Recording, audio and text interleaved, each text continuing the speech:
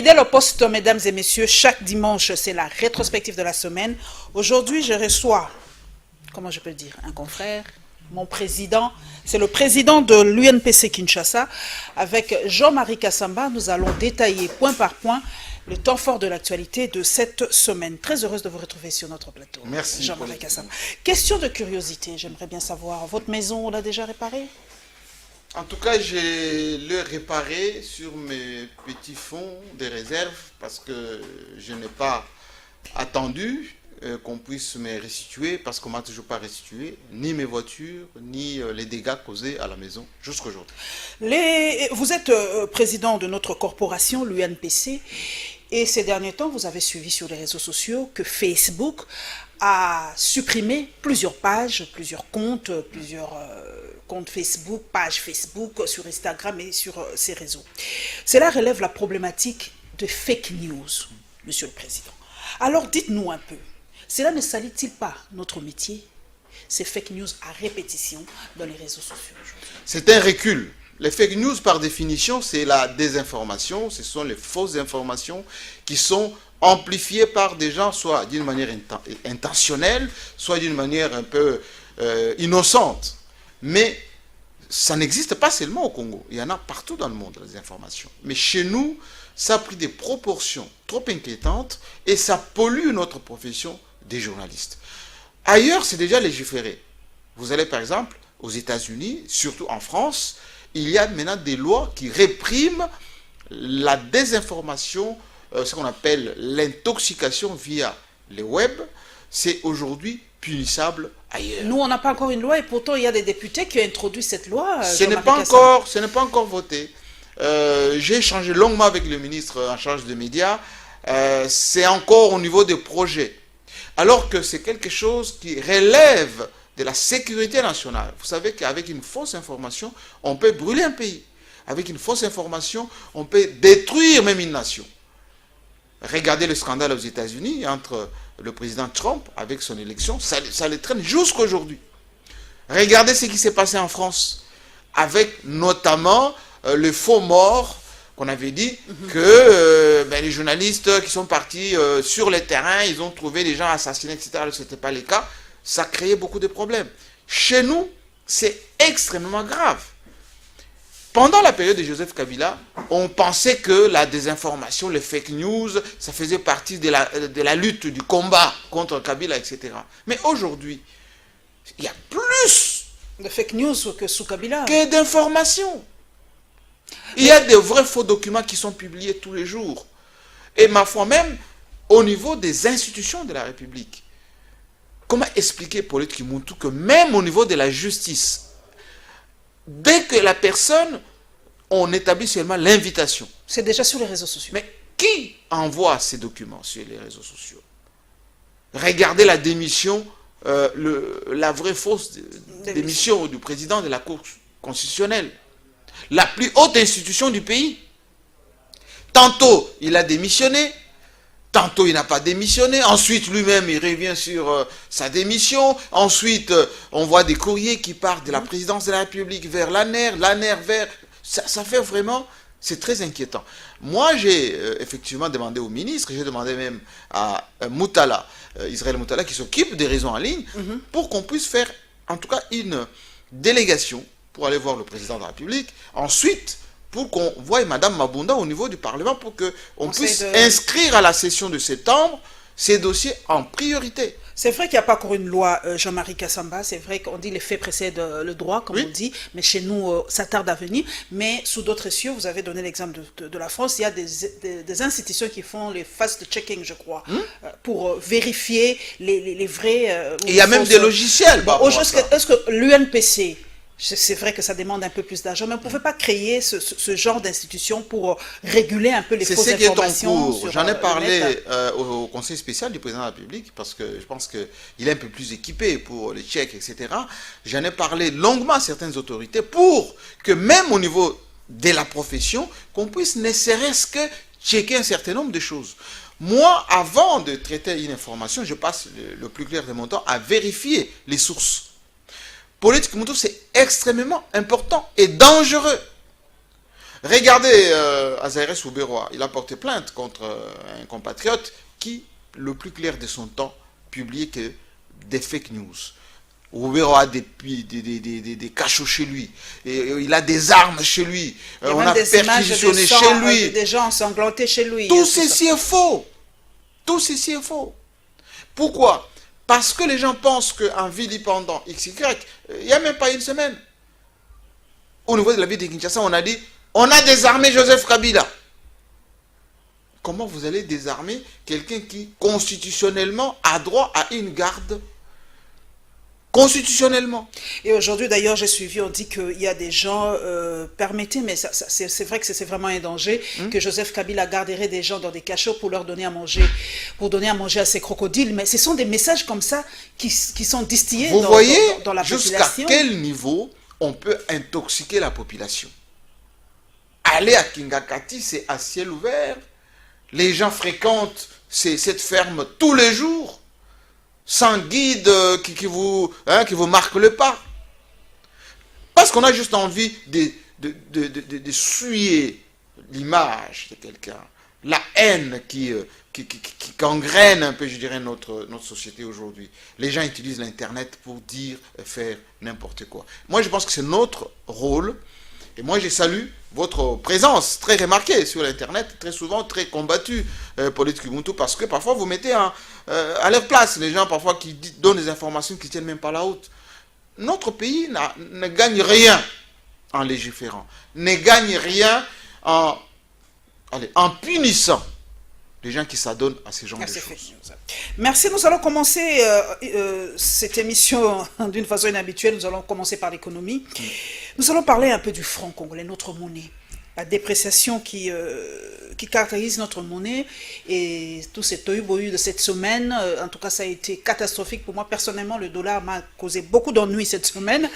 Mais nous allons en parler un peu. Et évidemment, le gouvernement, la réunion conjoncturelle conjoncturelle de chaque semaine par rapport au secteur économique. D'ailleurs, ça fait penser à la troïka de Matata Pogno. Premier élément, mesdames et messieurs.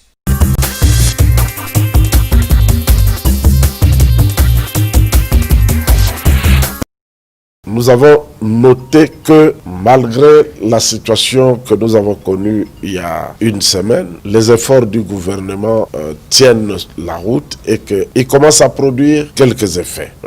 La Banque centrale a fait des efforts pour stabiliser le taux de change. Il y a encore quelques poussées, certes, mais nous croyons qu'avec la poursuite de ces efforts, notamment avec le financement du secteur bancaire, et même du secteur monétaire, avec 25 millions de dollars américains, nous croyons pouvoir stabiliser finalement ces cours d'échange, le taux du franc congolais.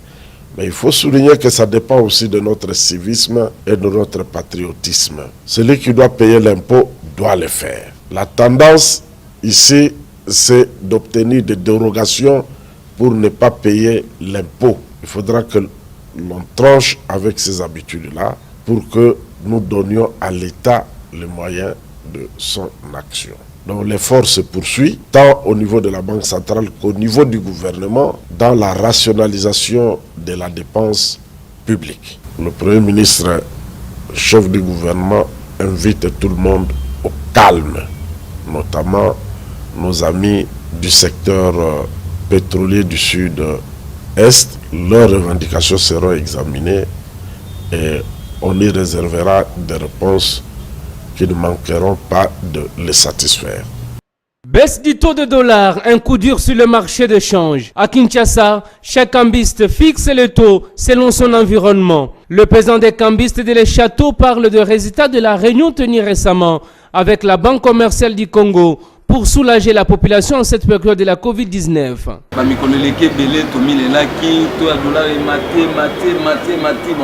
biso moko pe na côté na biso esalaki biso pasi mingi parce que dans musalo biso tosala na yango tovandaki banque centrale ezwaki mwa bamese moko ebengi biso na réunion po tosolola tozalaki na réunion ya de cela une semaine passée tosololi mpe na bato ya banke bayebisi biso nini elekaki na inflation wana epui nini bazokana kosala barasiraki biso ke na mikolo ezoya dollar il faut baki ekita vraiment puisque bakozala bamesure ya kobimisa bafranc congolais lisusu mingi te mpona bapaiement mosusu epuis baza na mwa dollar ya quantité malgré eza ebele te mais mwa quantité moko oyo ezali oyo ekoki kotia yango na banke mpo eservir bato nde toyebi mpe komona depuis lobi dollar yango mpe ekiti tondima mpe quand même soki likambo ya malamu esalami awa soki oye na 100 dollar bakopeso 170 000 eza na bato baza kaka anime na mitema mabe bazoya na bambongo bazolingaka bato moko po edéranger bato ozomona soki oza na mbongo no oye kochange eke esimbi te zonga nango na ndako. D'un ton fort, Désiré Loma plaide pour la traque des tableaux de change qui, selon lui, sont à la base de l'inflation du franc congolais. bango makambo batableau ezobebisa puisque eza na batableau mosusu bazotia bato ka mpona kobebisa motu ya bacongolais tozobeta sete lisusu po kolongola mpena makambo ya batableau wana. Actuellement, dans la commune de la Gombe, un dollar américain s'échange à 1700 francs congolais. Nous espérons que la BCC gardera les caps jusqu'à ce que les taux passent de 1700 francs congolais à 1600 francs congolais, a déclaré Désiré Loma, président des cambistes.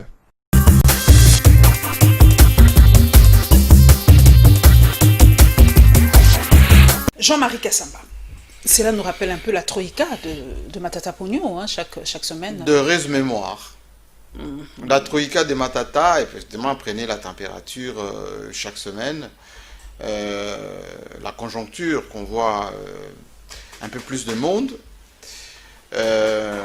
Jusque-là, on a des sérieux problèmes d'évaluation. Mais, vous savez, politique Ubuntu, moi, j'ai eu dans ma vie à exercer pendant une dizaine d'années le métier de banquier.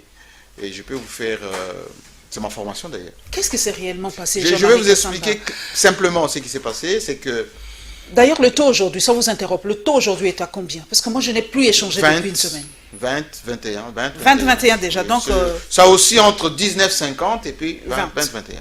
Donc, le taux de départ. Bien évidemment, ça ne pouvait que repartir à ce taux-là. Qu'est-ce qui s'est passé? Dans la dégringolade de notre monnaie, on a essayé de demander à la Banque centrale ou aux gens qui gèrent un peu le flux financier dans notre pays de trouver une solution, même aléatoire, même provisoire, c'était une recommandation du chef de l'État, pour atténuer ou donner lueur d'espoir à la population que les choses s'améliorent un tout petit peu. Et dans les techniques, il y a des techniques de gestion de flux financiers, de masse monétaire qui existent, mais qui sont utilisées lorsque vous avez un matelas qui vous permet de fonctionner. Qu'est-ce qu'ils ont fait simplement? Ils ont injecté dans le circuit financier 25 millions de dollars. Ils ont retiré quelques masses monétaires de notre monnaie, le franc congolais. Et comme la plupart des cambistes fonctionnent avec les transactions entre monnaie nationale et devises, ces cambistes ont maintenant spéculé par rapport à cela, parce qu'ils avaient l'information qu'il y aura cette opération, les gens auront tendance à aller avec leurs dollars pour chercher les francs qui a pris de la valeur, et nous, on va capturer ces dollars, et quand le taux va revenir à son niveau réel, on va revendre ces dollars pour gagner de l'argent. Ailleurs, ça s'appelle délit d'initié, et c'est punissable dans les opérations de bourse.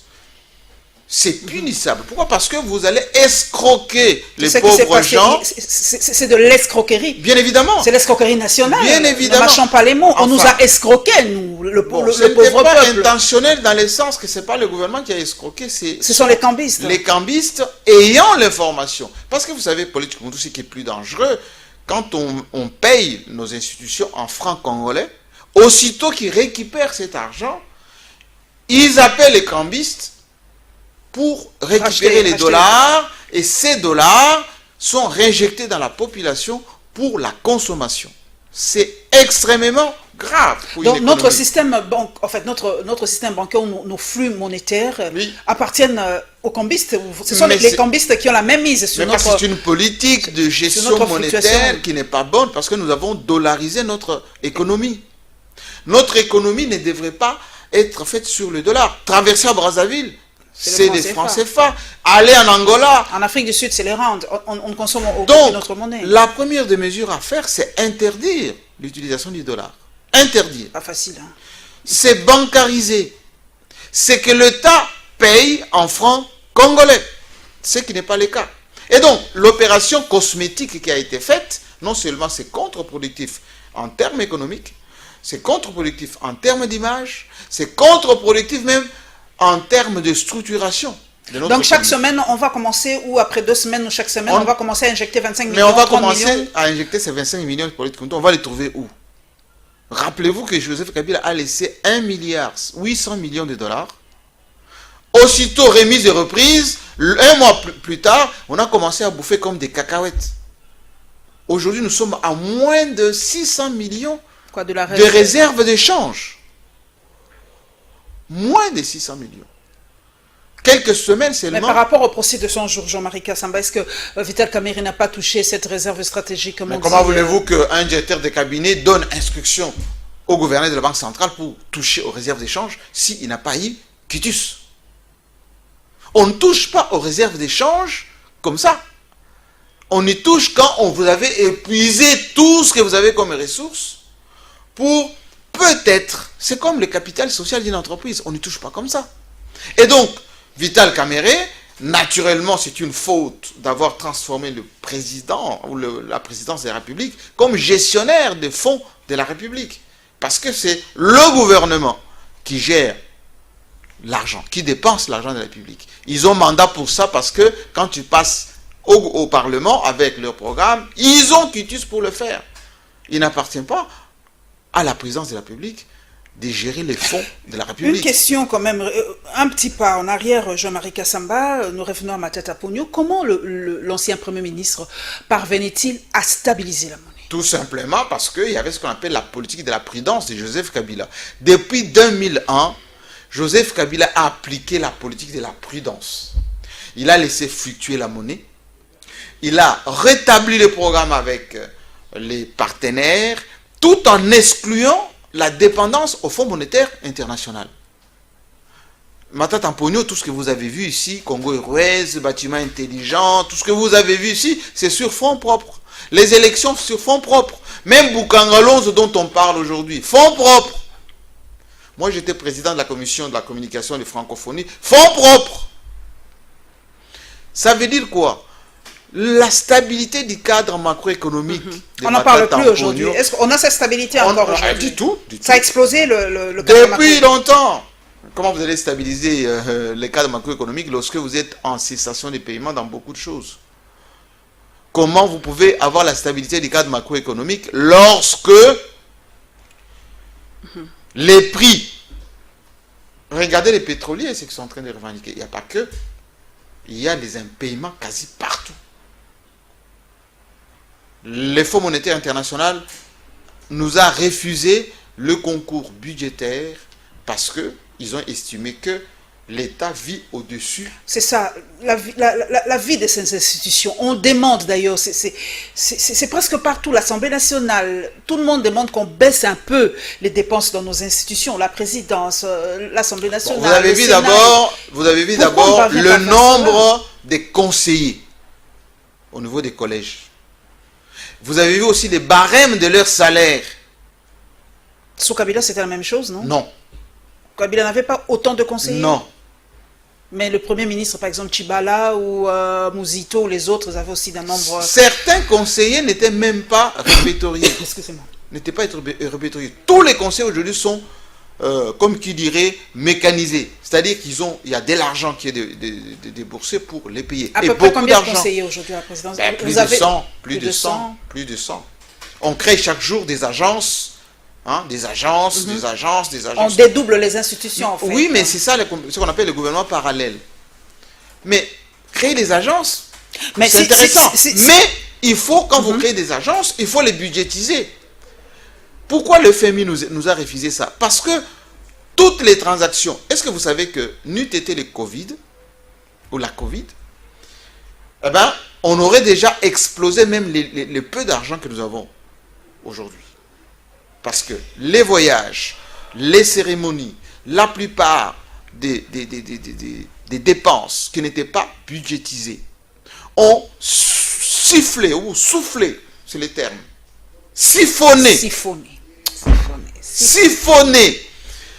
les reliquats qui restaient de ces 1,8 milliard de jeunes. Parce que vous savez que nos régies financières qui collectent l'impôt, quand vous écoutez le ministre parler qu'il n'y a pas la culture de l'impôt, mais ces régies financières sont aussi en deçà de ce qu'on leur demande de réaliser comme projet. Jean-Marie Kassamba, vous avez fait, vous êtes du FCC ou proche du FCC, nous n'allons pas... Congolais vigilant.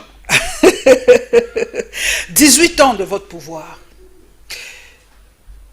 Aujourd'hui, vous semblez tout, comment dire, enjoliver la gouvernance de Kabila. On dirait que Kabila fait des choses extraordinaires et pourtant ce n'est que la continuité de tout ce qu'a fait Kabila aujourd'hui. Ce sont les retombées de la malgouvernance de Joseph Kabila que nous vivons aujourd'hui. Bon.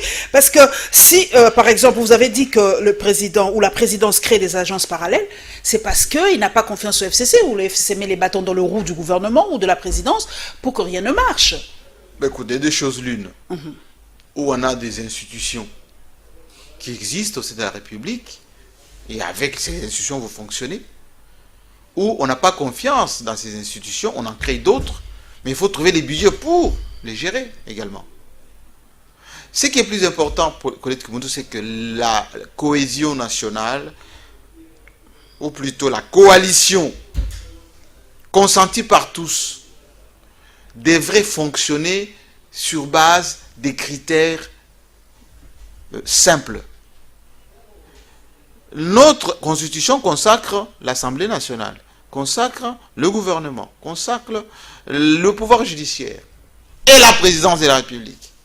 Mais il y a aussi les services de l'État qui existent, l'inspection générale, la Cour des comptes, etc. Mais tous ces services devraient fonctionner s'il doit y avoir contrôle ou assurance ou confiance. Donc il y a vraiment manque de confiance. Nous allons d'ailleurs parler maintenant de la CENI, parce que tout commence par là aujourd'hui. Vous le savez qu'il y a eu 12 personnalités et qui ont sillonné, je me permets l'expression, ils ont vu tout le monde pour essayer déjà de baliser les terrains, parce que 2023, ça se prépare déjà dès aujourd'hui, comme ils l'ont dit. Là, je paraphrase Juvenal Munobo, 2023, c'est déjà maintenant. Et évidemment, la campagne de sensibilisation sur la réforme électorale. Deuxième élément.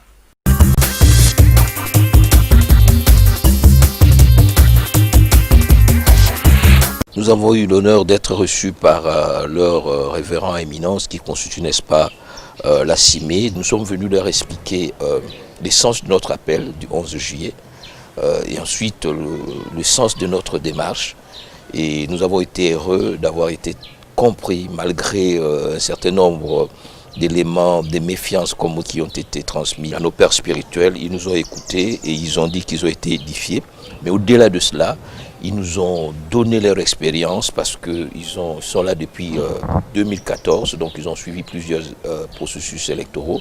Et ils nous ont donné ce qu'ils ont pu avoir, des expériences des autres qui amènent, n'est-ce pas, à la paix et au développement du pays. Notre démarche, une tempo non suspecte, comme on dit en temps non suspect, vise justement à éviter le glissement.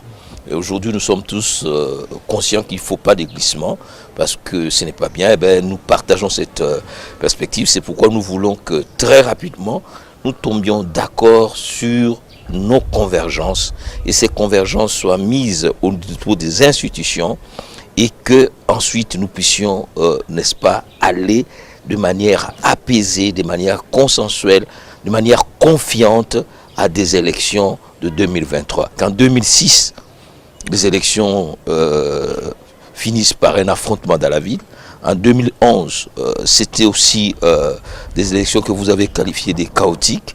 En 2018, nous avons toujours des élections contestées. Il faut que nous puissions intégrer la donne des élections apaisées comme un mode normal de transformation de la société par la désignation libre, apaisée et transparente des dirigeants. Cette 4e journée des campagnes de sensibilisation et vulgarisation sur la réforme et l'amélioration de la législation RDC marque la fin de la première phase avec les étudiants de Kinshasa.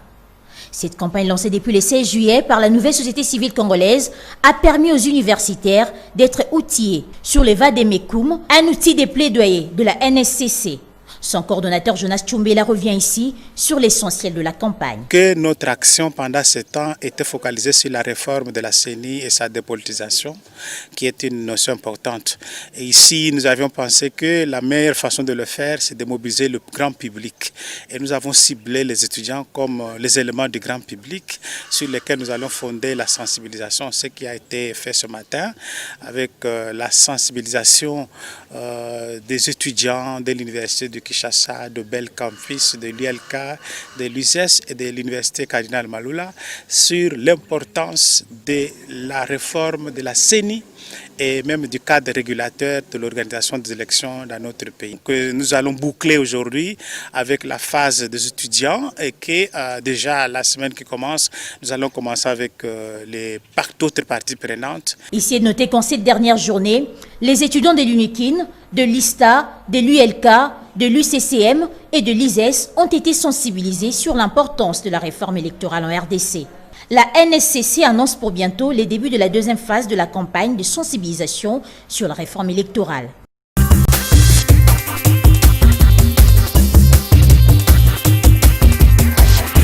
Jean-Marie Kassamba. Oui. 2023. Déjà, on voit les partis, les états-majors des partis politiques bouger déjà. L'UDPS, par exemple, dit déjà préparer ses candidats pour 2023. L'UNC, mêmement. PPRD, d'ailleurs, j'ai suivi, d'ailleurs, je l'ai posté ce matin. Merci Stani Boujakera et Pascal Moulegua. J'ai vu que même l'ambassadeur, comment il s'appelle, mon Dieu, le nom m'échappe, voilà le direct. Voilà, l'ambassadeur qui est en Angleterre, le nom m'échappe. Kikaya, voilà. Kikaya, voilà. Il a déjà parlé, il a déjà donné vraiment la direction que doit suivre le PPRD, récupérer le pouvoir en 2023. Mais on a l'impression, Jean-Marie Kassamba, qu'on oublie maintenant 2020. Tout ce qui se passe en 2020, on oublie et on pense déjà à 2023. Paulus Kimuntu, je suis un homme déçu. Pourquoi je suis déçu? Parce que j'ai l'impression que le Congolais est un homme inconscient. Non seulement il est inconscient, mais qu'il ne prend pas au sérieux le fait d'avoir un si grand pays, avec autant de potentialités, pour se fourvoyer dans des histoires qui ne le profitent pas du tout. Aucun pays ne se développe avec les élections. On ne peut pas baser toute une vie d'une nation sur des élections. Mais c'est indispensable, Jean-Marie Kassamba, pour faire souffler la démocratie. Et je vais vous expliquer. Pour un changement, pour un vent nouveau. Eh bien, on a eu un changement. Est-ce que ça a changé quelque chose? Ça, ce sont les hommes, c'est pas la faute aux élections. Merci beaucoup. C'est l'humain, c'est pas la faute aux élections. Je vous dis, à 1 an et demi seulement du mandat du président Tshisekedi, on pense aujourd'hui, on travaille aujourd'hui sur les élections dans 2 ans et demi. Ou dans 3 ans, si vous voulez.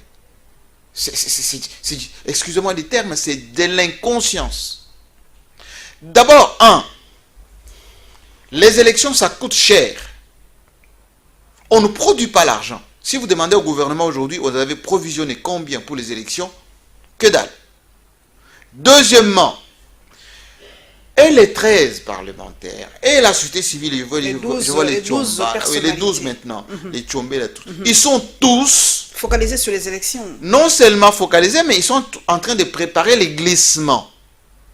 Comment ça? Et pourtant, ils veulent éviter le glissement. Ils veulent éviter le glissement. Alors, je vous explique comment. Je vous en prie. Je vous explique comment ils préparent les glissements.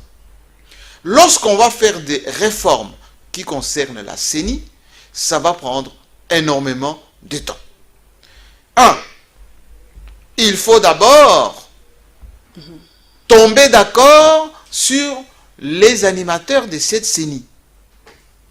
Regardez la procédure seulement des églises avec un bongo à la tête. Ça a pris 1 an en catimini. Mais comme ils avaient un autre plan, ils sont arrivés à la fin de leur processus qu'eux-mêmes ils ont organisé. Et s'ils se sont fourvoyés, ils sont partis à l'Assemblée nationale déposer le candidat. Et Ronsard Malonda. oui, ils l'ont Refusé par le président de la République. C'est pas le président qui a refusé, c'est parce qu'ils ont manipulé les consciences collectives, y compris de la population. Ils avaient un autre candidat qui devait passer que Malonda, mais Malonda s'est imposé par ses compétences, par son profil, etc. Mais comme il n'était pas dans le schéma préétabli, ils l'ont désactivé. Et il faut recommencer à zéro. Mais Malonda, il n'est pas seul. Il faut maintenant renvoyer groupement par groupement des représentants. Les opposants, ceux qui sont de la majorité, les gens de la société civile. Donc, pour constituer la plénière de la CENI, c'est la croix et la bannière. Ça va prendre énormément de temps. Quand on va reprendre le processus de désignation des animateurs, ça va prendre minimum 1 an. Minimum. Deuxièmement, le fichier électoral, l'identification des électeurs, ça va prendre minimum 1 an et demi. Pourquoi? Parce que d'abord, il faut recenser les nouveaux majeurs. Il faut aller partout. Ça demande et l'argent et le temps. Et enfin, loi électorale. Il va y avoir du débat houleux, musclé. À l'Assemblée nationale. Oui, parce qu'on va dire, ah, l'FCC veut cette loi-là parce que, ah non, non, l'ICACH veut faire... Ils vont se tirer dans les pattes des mois et des mois. Et que doit-on faire pratiquement pour qu'il y ait les élections en 2023? Conclusion, réforme avant les élections, ça va tellement tirer en longueur qu'on va se retrouver en 2023 sans élection. Félix Tshisekedi sera illégitime et il y aura le fameux discours transition sans Tshisekedi. Non, non, non, non, le président reste en fonction. Vous l'avez balancé. Absolument, mais c'est... À l'époque, c'était la phrase. Mais c'est le discours jusqu'à l'installation. Et l'IDP est en train maintenant de préparer l'opinion par rapport à ça, en y ajoutant Covid. Bon, aujourd'hui, Jean-Marie Kassamba, c'est le mot jurisprudence qui fait partie aujourd'hui du vocabulaire du Congolais. Tout ce qu'a fait Kabila aujourd'hui paraît bon. Le président reste en fonction, on dit Kabila l'a fait. Quand on veut justifier quelque chose, Kabila l'a fait. Quand on veut faire ça, Kabila l'a fait. Donc, aujourd'hui, Kabila est devenu le saint. Je ne comprends plus rien personnellement. Je suis en train de vous dire que on ne peut pas se fourvoyer de ses propres turpitudes. Comment voulez-vous? Le diable d'hier est devenu l'ange d'aujourd'hui. Tout ce qu'on disait que c'était mauvais, ça devient jurisprudence, exemple à suivre. Mais si vous avez voulu que Kabila parte pour que vous preniez la place, pour faire mieux, ou d'une manière extraordinaire, pour le meilleur de la population, commencez par l'essentiel. Commencez par l'essentiel. L'essentiel, c'est le social des Congolais. L'essentiel, c'est l'économie.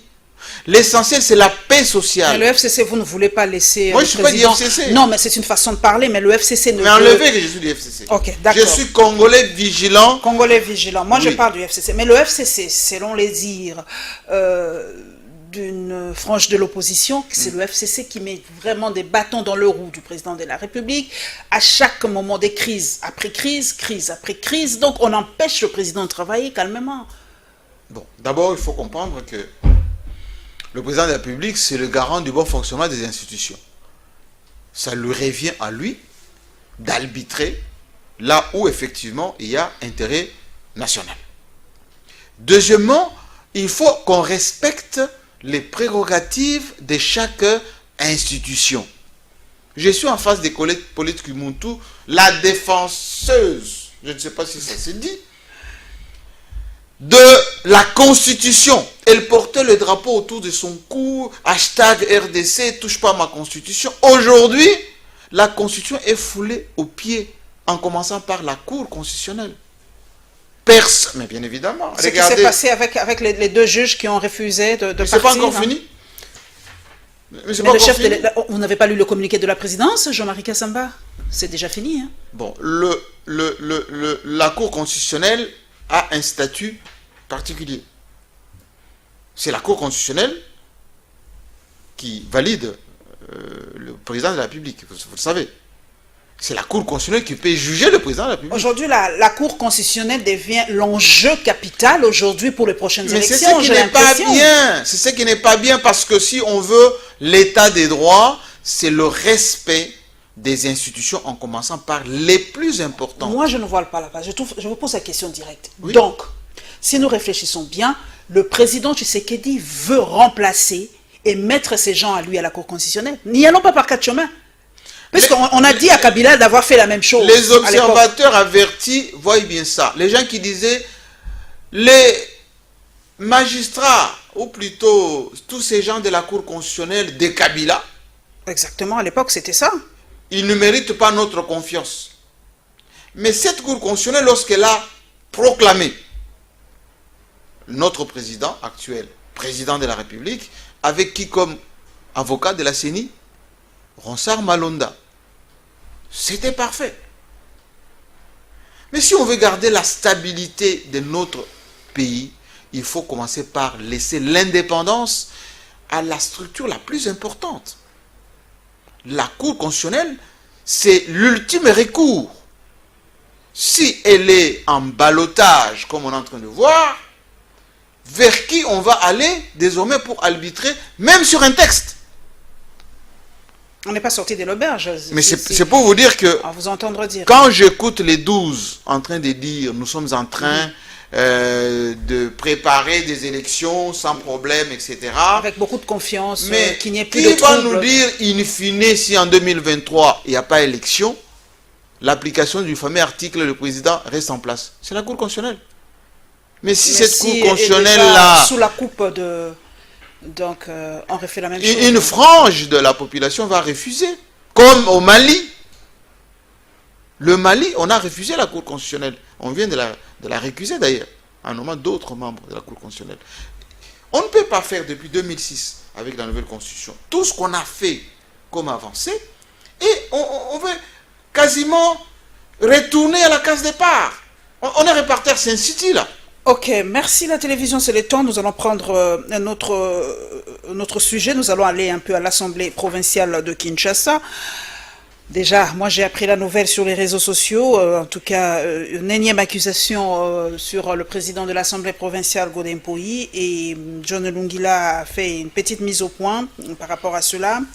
Et le député Gekoko Mulumba qui parle par rapport aux arriérés de salaire, donc les émoluments des députés.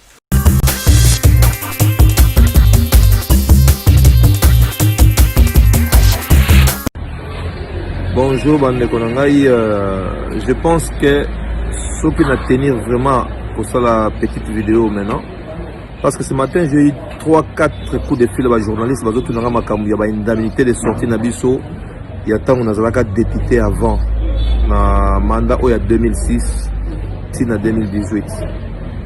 Effectivement, biso ba député provincial à mandat wana tout toucha par une indemnité de sortie Nabiso. Même ngai o nazoloba awa honorable Gekoko Mulumba na toucha ba indemnité de sortie na nga nyoso entièreté na ngomo nyoso na toucha, donc je voulais dire que la totalité na toucha nyoso. Donc ceux qui moto yo azoko saka que noko c'est la présidente de l'Assemblée Godin Poyi Makambu qui allait à Mbongo, il y a ba député to ebima ki na sima ya lia kiango bozole qui ça vraiment air na bino pour de un azamuta ba jewanate et puis de deux to toucha mbongo na biso. Ba suppléant au butu bakene ko funda wana bazobo sanake ba titulaire tout touche ba mbongo na biso ba titulaire ba siège quoi. Donc les faux débat nazo senga peut ba journaliste nyoso ke ba yeba ke c'est un faux débat.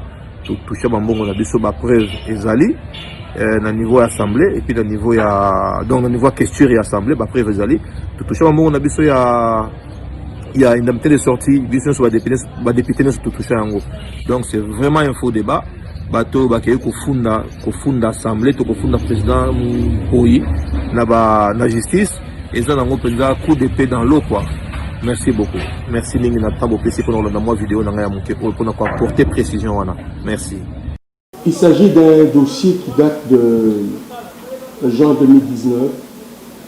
Ces anciens députés provinciaux de Kinshasa ont été déjà payés depuis le 11 octobre 2011.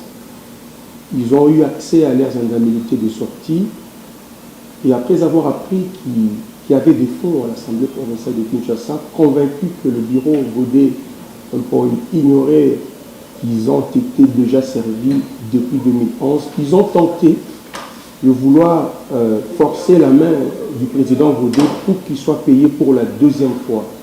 Et le président Godin Poy a pris le soin de rappeler à ses anciens députés provinciaux, un document à l'appui, qu'ils étaient déjà servis et que l'État ne pouvait pas payer une double dépense, la loi l'interdit.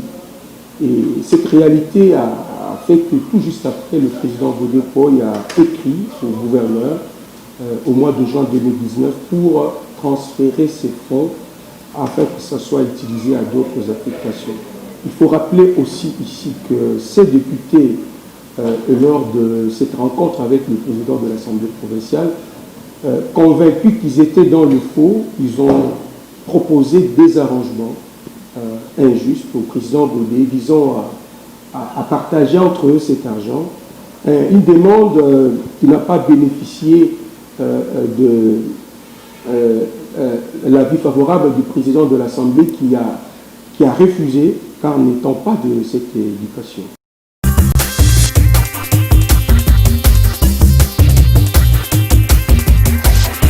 Jean-Marie Kassamba, je sais que vous êtes un journaliste d'investigation. Y a-t-il quelque chose de vrai dans ce débat? Écoutez, moi je pense que c'est un peu, chez nous Congolais, un mauvais comportement de profiter quelquefois du désordre pour prétendre à des acquis, à des avantages, pensant que l'État, c'est une vache à lait. Moi, j'ai fait foi à ce que vient de dire Gekoko Mulumba, même si je ne partage pas souvent certaines choses qu'il fait, mais il semble dire la vérité. Nos assemblées souffrent des problèmes de financement. 9 mois d'arriéré pour les actuels. Hein, les actuels oui, les actuels ont déjà des soucis. 9 mois de. Il n'y a que 2 provinces qui ont un peu de moyens, Kinshasa et Katanga, peut-être là-bas. Peut-être le Bas-Congo, peut-être Congo central. On sait mais pas tout le reste, ils n'ont encore rien touché parce que la péréquation ne fonctionne pas, parce que la rétrocession non plus ne vient pas. Nous avons des assemblées pauvres, beaucoup. Mais alors, à quoi ça sert? C'est vrai que c'est constitutionnel. Oui. Jean-Marie Kassamba, c'est vrai qu'elles doivent exister, mais on ne sent pas l'impact de ces assemblées provinciales, franchement, au Sénégal, par exemple. Parce qu'il faut sortir un tout petit peu. Vous avez donné l'exemple du Mali, on a récusé la Cour constitutionnelle. Mais au Sénégal, vous le savez que le président Macky Sall a simplement balayé le Sénat parce qu'il a dit que c'est budgétivore. C'est budgétivore et puis l'argent perçu, on a construit des centrales solaires. Alors, toutes ces assemblées provinciales, à quoi ça sert? Mais posez-vous la question, les agences qu'on crée tous les jours, excusez-moi du peu, ça sert à quoi? Allez dans des cabinets ministériels, vous allez voir le nombre de conseillers des ministres. C'est notre tradition. Regardez même pour la lutte contre la Covid ici, coronavirus. Combien de gens ont été sur la liste de ceux qui ont travaillé et ceux qui a été d'ailleurs à la base des impayements là-bas. Nous avons, je viens de le dire tout à l'heure, une mauvaise culture. Dès qu'on nomme quelqu'un de votre famille, il va recruter les cousins, les oncles, les gens de son parti politique, etc. Il ne se pose pas la question, je vais les payer comment? Ça se vérifie même d'ailleurs dans notre profession des journalistes.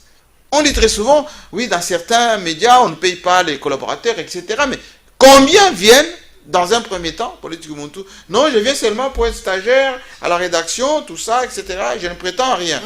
Ça me rappelle la grève de Télé 50. Au bout de 3 mois... Ça vous est resté dans la gorge, j'ai l'impression. Non, c'est pour vous rappeler que les Congolais, lorsqu'il est dans le besoin, il vient toujours avec l'âme d'un ange qui n'a besoin de rien, qui a juste besoin d'un peu de travail, de considération, etc. Après 2 mois, 3 mois, 6 mois de présence, il commence à revendiquer. Et il y a des impayements après parce que ce n'est pas budgétisé quelque part. Et c'est valable pour les assemblées. Ces assemblées, avec la décentralisation des originaires, il faut vous rappeler, les originaires, ces députés provinciaux sont de ces côtés-là de Kinshasa, de chez moi au Kassai, ils sont de ces côtés-là. Une fois qu'il est là-bas, il va embaucher au niveau de l'Assemblée les gens de sa famille, ses cousins, ses oncles, etc. C'est pléthore de gens. Et c'est valable au niveau des gouvernements provinciaux. Et l'État central est pauvre, la rétrocession ne venant pas, ça crée ces situations d'impaiement. Et donc, on devait d'abord commencer par assainir. Si le FMI nous refuse aujourd'hui de nous apporter les concours budgétaires, c'est parce qu'on ne se pose pas les vraies questions. Godin Poyi se comporte vraiment en homme intègre, en fait. Tel que je les connais, c'est pas quelqu'un qui peut verser dans la gabegie, les détournements, parce que lui-même, d'abord c'est un financier, ensuite il passe le plus clair de son temps à critiquer les systèmes, à donner des conseils. Il a été quand même conseiller d'un directeur général, paix à son âme, de la DGDA. De Rugwiza. Oui, quelqu'un d'une probité morale extraordinaire.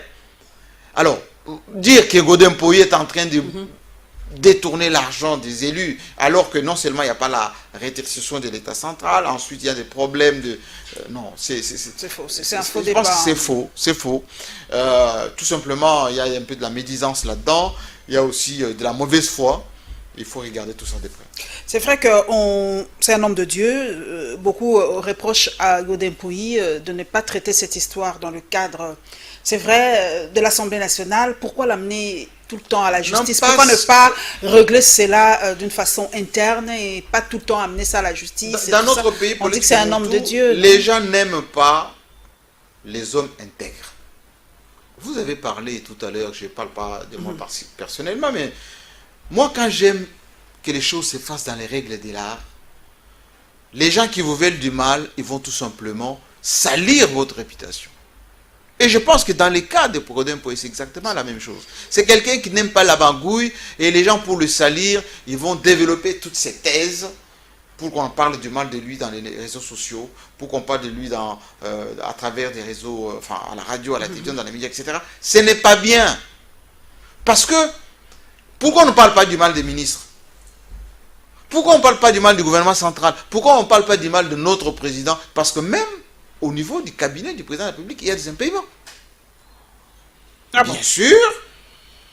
Et pourtant, il y a des dépassements budgétaires à la présidence. Moi, j'ai des conseillers qui se plaignent, qui ne sont pas payés. Mais c'est compréhensible parce que l'État n'a pas d'argent. Il y a des problèmes financiers sérieux. Il y a la Covid qui est devenue l'excuse...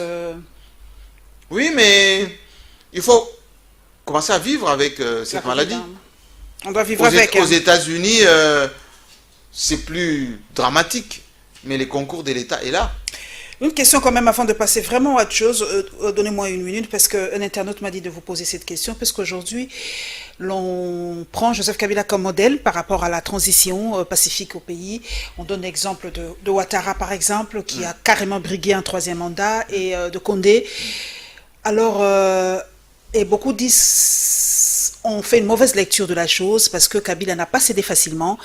Il y a eu des morts, il y a eu des marches, il y a eu des tractations pour que Kabila cède le pouvoir. Est-ce qu'on peut aujourd'hui vraiment dire que cette passation de pouvoir, Jean-Marie, avec toute honnêteté, a été vraiment, comment je peux dire, aussi lisse et aussi paisible en RDC? Paulette Kumuntu, l'histoire finit par donner raison aux honnêtes gens.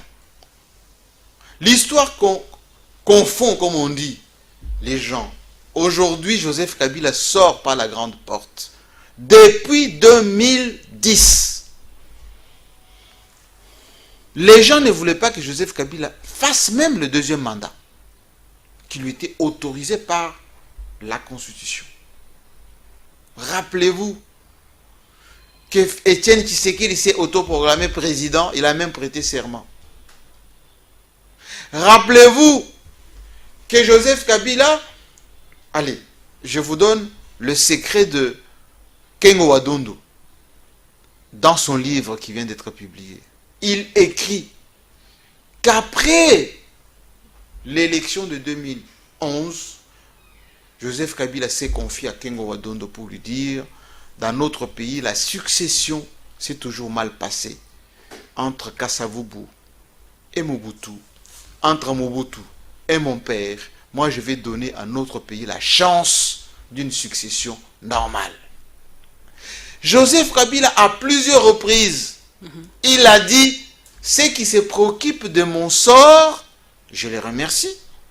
Mais la Constitution a déjà tout réglé. Il a même dit ça devant les élus. Merci beaucoup. Moi-même, j'y étais. Merci. On lui a fait un mauvais procès. Et jusqu'à la preuve du contraire, il n'a jamais dit qu'il faisait un troisième mandat. La preuve, il a proposé même un candidat qui a perdu. Et il a cédé comme lui exige la Constitution. Aujourd'hui, ceux qui lui ont fait le procès, la plupart préparent maintenant les glissements 3 ans avant. Et peut-être qu'il risque de se représenter en 2023. Hein.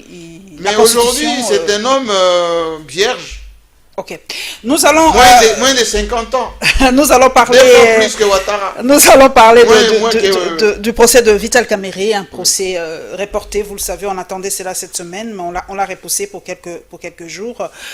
Est-ce un procès politique? On va en parler un peu avec Jean-Marie Kassamba. Et puis nous allons parler de cette histoire, on en a parlé tout à l'heure, du refus de juge de cassation. Hein. Ça crée un précédent en République démocratique du Congo, et puis de toutes les façons, tout est jurisprudence. Donc on va essayer d'en parler tout juste après.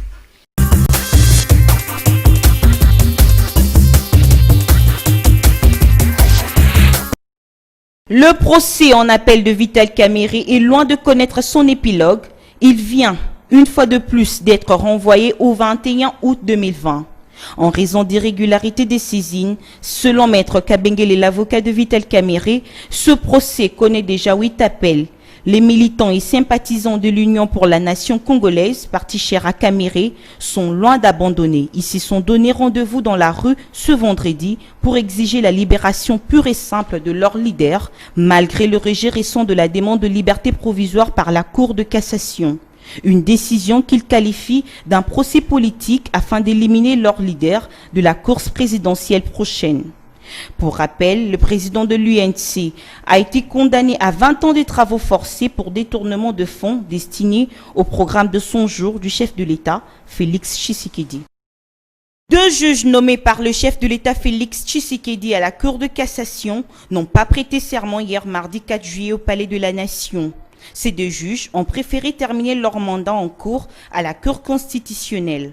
Maître Bazin Pembe, coordonnateur de la dynamique Le Changement c'est maintenant, déplore cet état de choses. Il souhaite cependant que le Conseil supérieur de la magistrature puisse examiner ce dossier afin de le traduire au disciplinaire pour qu'il soit revoqué. Et juge Ouboulou et les juges Kilomba étaient l'émanation du Conseil supérieur de la magistrature. Et c'est de la volonté aussi du chef de l'État de les faire quitter la Cour constitutionnelle pour les envoyer à la Cour de cassation. Ils ont fait fi à la prestation du serment. Là, nous soumettons au Conseil supérieur de la magistrature d'examiner leur cas, de les traduire au disciplinaire pour qu'ils répondent de leurs faits. Parce que leur indélicatesse a passé des limites. On ne peut pas comprendre que le juge se transforme en des hommes politiques. Et s'il y avait un problème, pourquoi ne pas prendre le temps d'aller voir les chefs de l'État discrètement et amener les problèmes à la toile? S'agissant de la correspondance adressée à Félix Tshisekedi par ces 2 juges, Maître Bazin Pembe précise qu'il n'y a pas de violation de la Constitution. Et voire même dans leurs lettres, ils font allusion abusivement à certaines dispositions constitutionnelles, soi-disant le président avait violé la Constitution, alors qu'il n'y a rien de violation de la Constitution. La Constitution a été respectée. Je les renvoie à l'article 82 de la même Constitution qui donne le pouvoir au président de la République de nommer, même de révoquer. Il a rappelé par ailleurs que ces 2 juges de la Cour constitutionnelle sont des magistrats de carrière, donc à tout moment, ils sont à la disposition du président de la République.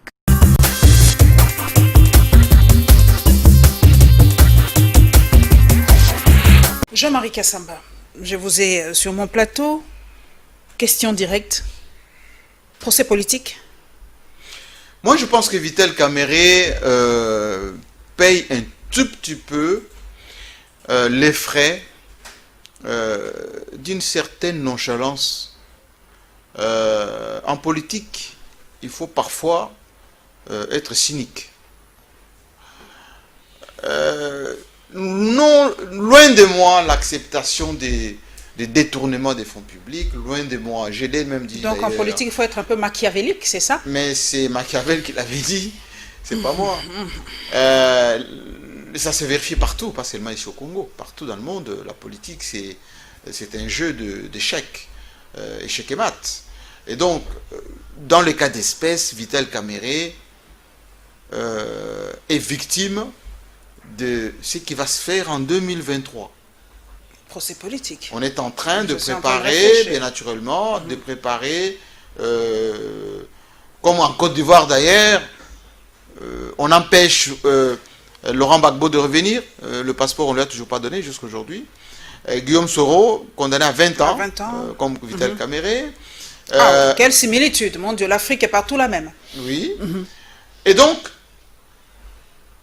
c'est à peu près ça qui va se passer en 2023, c'est-à-dire que FCC Cash va avoir soit un candidat commun, s'ils vont jusqu'en 2023, sinon, ça sera un duel entre le FCC et Cash, mais FCC UDPS en réalité. Parce que, si vous regardez les manifestations aujourd'hui des partisans de Vital Kamerhe, il y a déjà rupture consommée, on fait semblant de dire que bon, on est encore ensemble, etc. Mais c'est pas ça du tout. Mais il y a déjà cassure, selon vous. Il y a cassure, certes. Est-ce que le président de la République a perdu son électorat de l'Est déjà? Parce que c'était déjà assez difficile à l'époque, je me rappelle, lors de la campagne, il fallait faire face à la Mouka. C'était pas facile à l'Est de la République parce que l'Est était presque le bastion de la Mouka.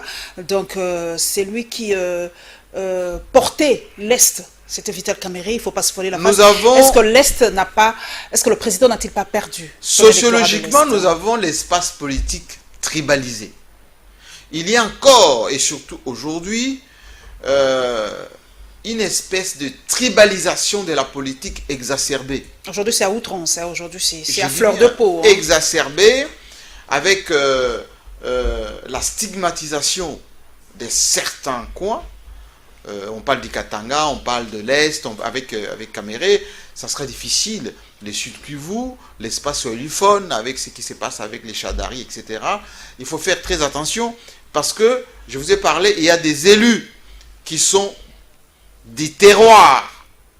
Et ces élus, ce sont eux qui font passer le message. La plupart des rébellions chez nous, la plupart des guerres sont gérées par des leaders depuis Kinshasa, qui manipulent leurs fiefs là-bas, absolument, et que stratégiquement, ce procès Vital Kamerhe est contre-productif. Et j'ai d'ailleurs lu le billet d'un diplomate européen qui a dit que la situation à l'Est n'a pas du tout changé depuis l'accession de Félix Tshisekedi au pouvoir. Bien évidemment, parce que il y a aujourd'hui plus de groupes rebelles qu'avant. Oui, une centaine aujourd'hui.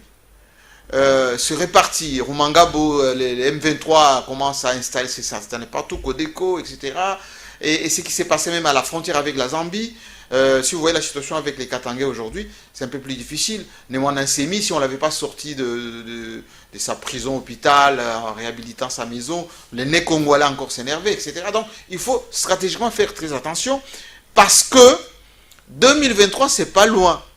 Mais en même temps, avec cette effervescence dans le milieu, avec la CENI, avec les affaires, parce que il y a une lettre qui circule, que les inspecteurs vont maintenant commencer à traquer.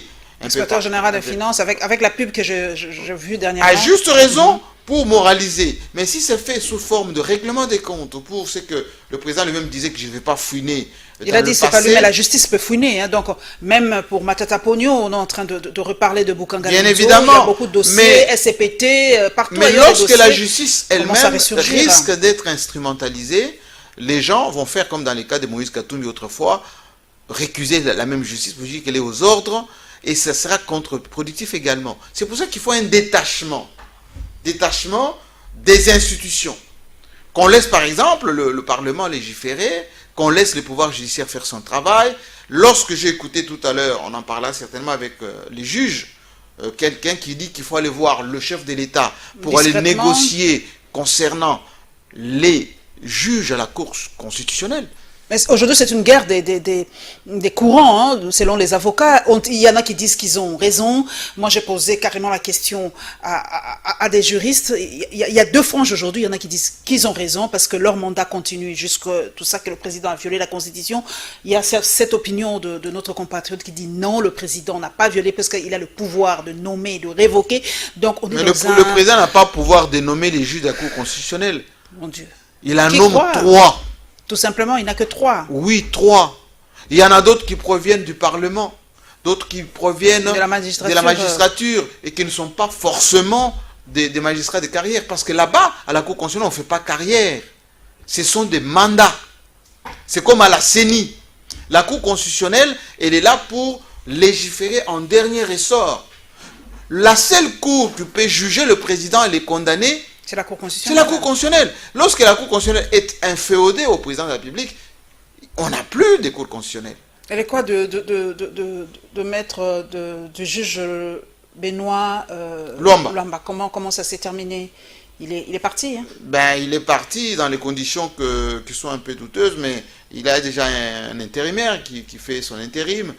Il sera remplacé par les pairs. Ils vont élire un nouveau président, etc. Mais mon inquiétude à moi, je vous l'ai dit tout à l'heure, c'est que il faut qu'on fasse très attention. La tentation à tout contrôler risque de diluer la jurisprudence. Nos institutions. C'est la jurisprudence, Jean-Marie Kassamba. Attendez. Aujourd'hui, vous vous plaignez, mais...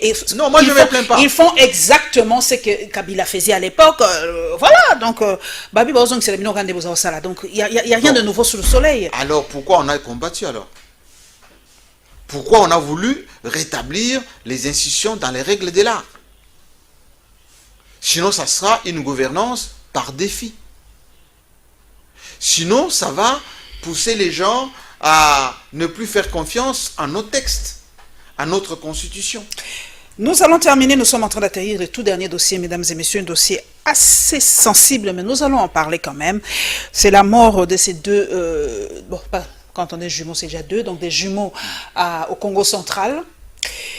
Vous avez vu les images, c'était très poignant, brûlé, vraiment brûlé comme ça. Hein.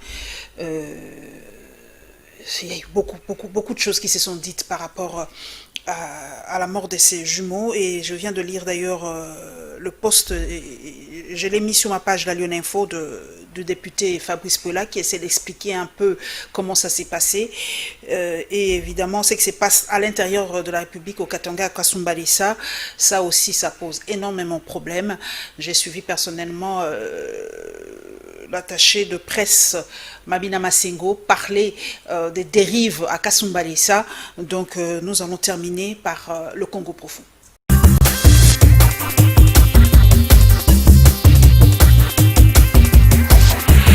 En effet, en date du 30 juillet 2020, au village Kinzaou, dans la province du Congo central, des frères jumeaux, Max et Percé Mwamba, affectueusement appelés Jim Black, furent battus, immolés et assassinés par des bandits non identifiés.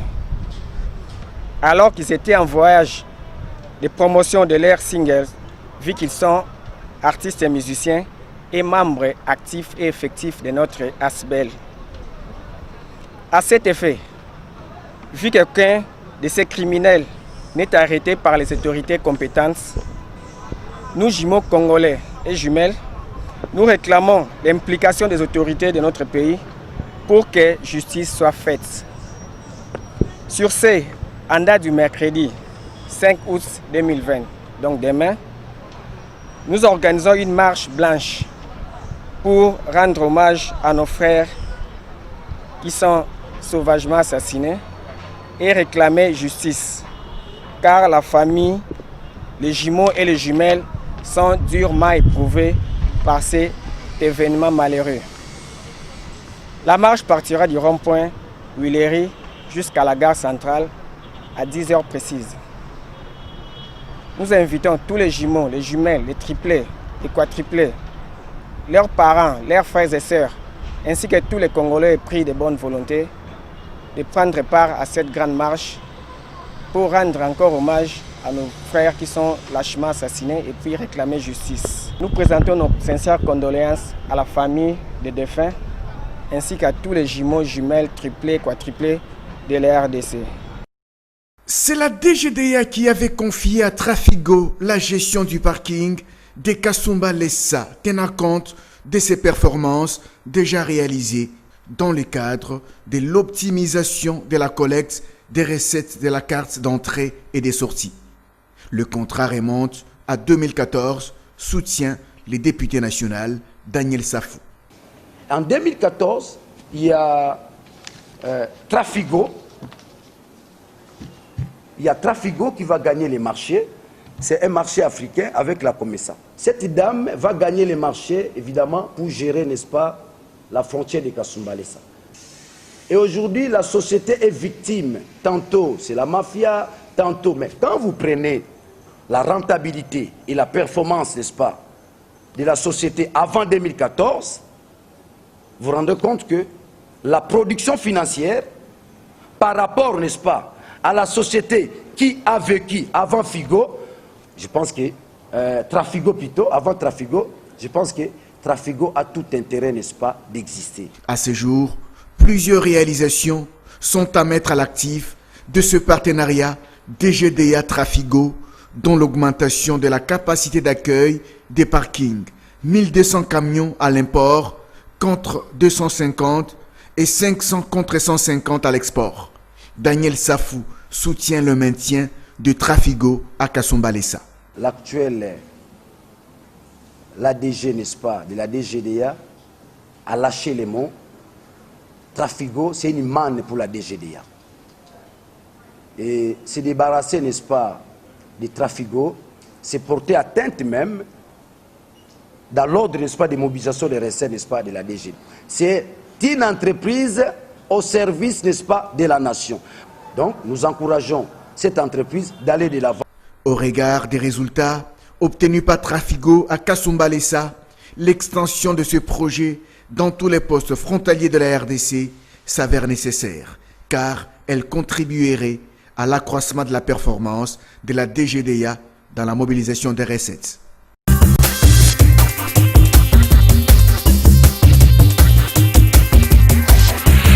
Jean-Marie Kassamba, nous allons vers le Congo profond. Nous commençons par le Congo central. Est-ce que vous avez vu les images de ces deux jeunes brûlés? Insoutenable. Insoutenable, choquant. Et en même temps, c'est les conséquences. Je partageais avec des responsables de chez moi, parce que moi je suis du Kasaï, ses enfants sont du Kasaï. Je partageais avec ces responsables pour dire que nous sommes dans une société aujourd'hui foncièrement tribalisée, avec des comportements épidermiques, quelquefois, des compatriotes qui ne partagent pas le même espace que nous. Jean-Marie Kassamba, je vous interromps parce que je vois où vous voulez en venir. On a dit que c'est de la récupération, tout simplement, parce que ce n'est pas une question de tribu. Moi, j'ai lu, parce qu'on a essayé d'investiguer. On a dit que c'est de la récupération. Fabrice Puela a dit, je prends les propos de Fabrice Puela, qui est un député de là-bas, qui a dit tout simplement que ces jeunes ont été brûlés par les Wewa, qui sont de la même tribu. Parce que vous voulez tribaliser la chose, qui sont de la même tribu que ces jeunes. Parce que c'est même pas une question de tribu, en fait. Bawela Mbongo, et ça a énervé. Vous connaissez comment les Wewa réagissent. Ils sont allés soutenir leurs frères, ça a dégénéré et il y a eu ça. Mais c'est pas question de tribu. Pourquoi on veut tribaliser cette histoire? Parce que ça pouvait se passer ailleurs, en République démocratique du Congo. C'est parce que ces jeunes sont louba, c'est parce que ces jeunes sont louba que vous voulez tribaliser les choses. Attendez que je vous dise quelque chose. Lorsqu'il y a eu remise et reprise, il y a eu beaucoup de morts dans les Bandundu, Kikwit notamment. Même ici à Kinshasa, dans les quartiers comme Kingaboa, etc. Lorsque Vital Kamerhe a été condamné, il y a eu de maisons brûlées, notamment au sud Kivu, à Bukavu principalement. Il y a aujourd'hui des morts au Katanga. Les jeunes qui ont saccagé le bureau de l'administration à Kasumbalesa, c'est entre autres parce qu'ils ont retrouvé 2 de leurs assassinés. Il ne faut pas se voiler la face, avoir ce qu'on appelle la politique de l'autruche. À Kolwezi, il y a eu la même chose. Nous devons protéger l'unité nationale. Nous devons avoir un comportement tempéré. Mais là, on doit condamner la justice populaire et non mettre l'accent sur... C'est vrai que ça compte, c'est une réalité africaine, une réalité congolaise, mais si on met d'abord la tribu au lieu de la vengeance populaire, vous voyez comment ça biaise, le débat. C'est pour ça que je vous ai dit tout au début de notre émission, notre entretien, que moi je suis un Congolais vigilant. J'interpelle le mien. Permettez que je parle un tout petit peu de mien. Avoir le pouvoir, comme nous les Kassaïens nous l'avons aujourd'hui, ce pouvoir est d'abord congolais et il arrive au niveau de la province, même si Mbujimayi, Kananga, Chikapa n'ont pas encore vu quelque chose de changé depuis un an, plus d'un an aujourd'hui. J'ai beaucoup de reportages qui prennent de là-bas. Nous devons avoir un comportement national, comme Lumumba l'était, comme Mouzé l'était, comme Étienne Tshisekedi l'était, comme Joseph Kabila l'était, national. Nous devons tempérer notre discours vis-à-vis des autres compatriotes, des autres provinces. Mais ce discours, Jean-Marie Kassamba, c'est vrai que vous avez dit « laissez-moi parler au mien », c'est bien. Mais ce discours que pouvoir est à Bissau, que c'est notre pouvoir de Balouba, on ne voit pas que vous choquez. Parce qu'on ne peut pas faire de la jurisprudence sur tout, Jean-Marie Kassamba. Parce qu'à l'époque, on disait c'est le pouvoir des Swahiliphones. Aujourd'hui, pouvoir est à Balouba. Demain, ce sera... On ne peut pas faire la jurisprudence sur des choses aussi sensibles. C'est pour ça que moi-même, j'interpelle les nôtres. Parfois, qui me disent à huis clos, mais pourquoi tu tiens ces discours? Tu devais nous encourager, nous soutenir, etc. Je dis non. Pourquoi? Parce que c'est contre-productif pour nous. J'étais avec un pasteur ici chez vous, sur ce plateau. Je lui avais dit la même chose. Et je sais qu'il y a beaucoup d'extrémistes, des fanatiques, qui pensent que en se comportant comme ça, on protège notre président, notre frère. Mais il est président de tous les Congolais. Et ceux qui l'ont voté, et ceux qui ne l'ont pas voté. Et ceux qui disent qu'il fait bien, et ceux qui disent qu'il ne fait pas bien. Ça s'appelle démocratie. Union pour la démocratie et le progrès social. Union pour la démocratie. La démocratie veut dire la tolérance, l'acceptation de l'autre, la capacité à échanger. Il y a des gens qui disent, mais tu ne peux pas être kassaïen et critiquer ce qui est fait, même si c'est mal fait. Non. Paulette Kimuntu. Ce pays gagne, notre pays gagne dans la diversité. Notre pays gagne dans l'acceptation de l'autre. Ces jeunes gens, même s'ils ont été tués par les Wewa, ils se sont disputés l'argent, etc. Oui. Mais symboliquement, comme aujourd'hui, et je vais être plus direct que vous-même, on a eu un précédent avec l'aîné Congo. Le monde entier, mais pour ne pas le dire, il y a eu des morts là-bas. Et les gens ont dit, mais lorsque les Wewa manifestent, tout ça, on ne fait rien. Lorsque c'est Bundu Congo, on tue, etc. Comme Gédéon a dit au Katanga, etc. Il peut y avoir des représailles. Même si ces deux-là n'ont pas été tués par, effectivement, les Congo, pour se venger. Mais qui dit qu'il n'y a pas de victimes collatéraux? Oui, par rapport à cela. Et donc, nous devons faire attention. Tout ce que nous disons ici, c'est pour qu'on rectifie les curseurs. Pour qu'on oriente les choses dans le sens républicain de la chose. Mais ce n'est pas un peu notre faute aussi. C'est vrai que Mobutu avait trouvé un palliatif. Peut-être ça a réussi, je ne sais pas, ces territoires, la gouvernance ou la territoriale des non-originaires. Oui. Mobutu avait trouvé le palliatif. C'est qu'il faut il faut qu'on revienne à ça parce que ce n'est pas normal que moi, qui monte par exemple, qui suis originaire du Kwilu, me sente menacé quand je vais à Kananga ou à Mbujimayi. Oui. Ce n'est pas normal. Et je confirme. Et moi, je suis contre la décentralisation telle qu'elle est dictée dans cette constitution, qu'il faut changer absolument. Et je vous ai dit que ces réformes Je vous ai dit dans cette émission politique qu'il faut changer cette constitution. Quand nous nous sommes vus, il y a 1 an, il y a 2 ans, vous avez dit non, non, non, non, on ne touche pas à cette constitution, Kabila doit partir d'abord, on verra après. Oui. Maintenant qu'on va la changer, cette constitution, vous allez voir comment les gens vont s'y tirer. Est-ce qu'il faut une élection présidentielle à 2 tours ou 1 tour?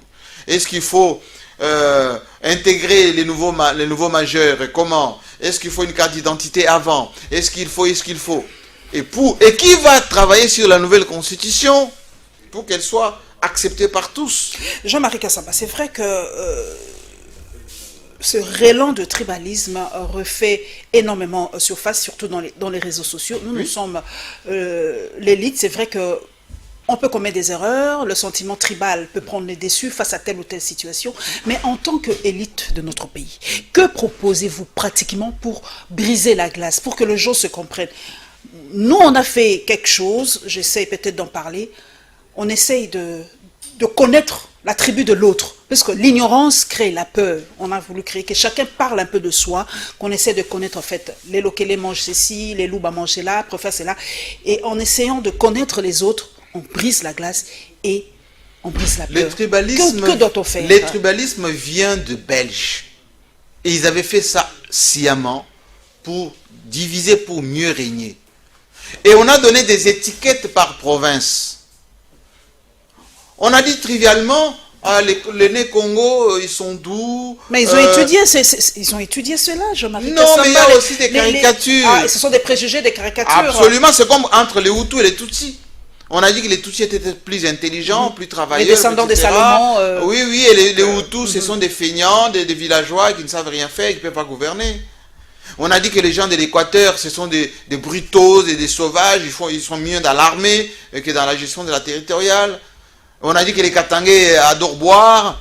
On a dit que les Kassaïens, ils sont têtus, ils sont trop fiers. Ils n'écoutent personne, ils sont imbus de leur personne, ils veulent dominer tout le monde, ils ne peuvent pas diriger, s'ils dirigent, ils vont tous vous dominer.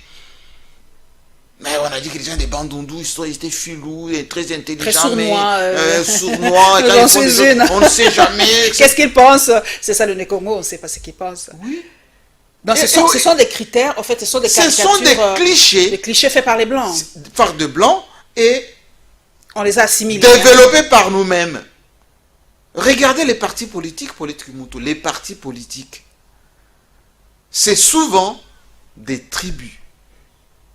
Même entre les tribus, même les provinces, les gens ne s'entendent pas. Vous êtes des Kouilou, ceux qui sont des Maïndo, mais non, non, non, si c'est des gens de là-bas, quand c'est les gens comme les Bayaka. Non, pas les Bayaka, ce sont nos esclaves.